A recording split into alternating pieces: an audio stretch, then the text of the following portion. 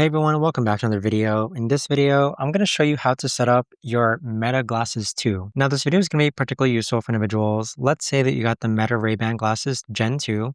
How do you actually go ahead and set it up? Now this video is going to be short, sweet, and simple, guys. There's not going to be a lot of steps involved.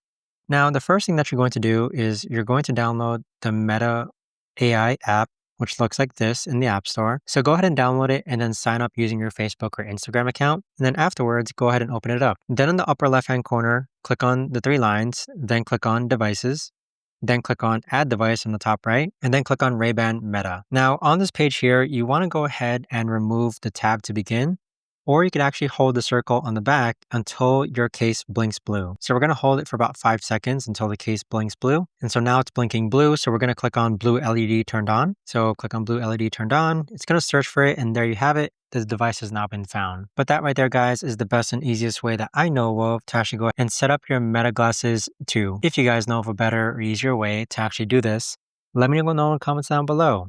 I would love to know. Thanks so much for watching, everyone, and I'll see you guys all in the next video.